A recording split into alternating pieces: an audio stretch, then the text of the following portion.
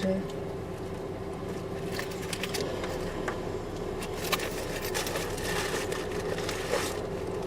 Matko, tu jakby u nas, nad wodą. To u nas. I fruwają rzeczy tam. Ty, a to jest potężne tornado. Znaczy potężne. Ja. Jakieś kawały tam, Tomek. Ty, wypieprzamy.